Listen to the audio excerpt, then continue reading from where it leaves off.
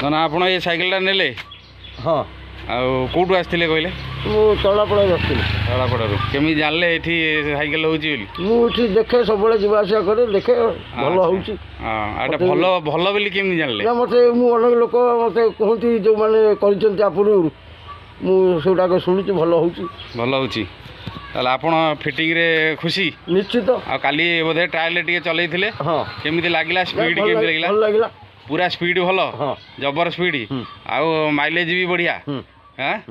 ତାହେଲେ ଆଉ ପଇସାରେ ବି ଠିକ୍ ଅଛି? ହଁ ହଁ, ବହୁତ ଭଲ ଅଛି ନା କ'ଣ?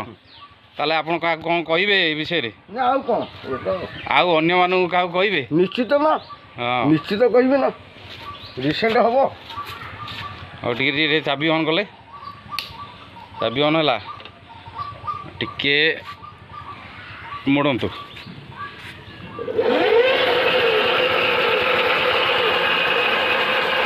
ଆଉ ଟିକେ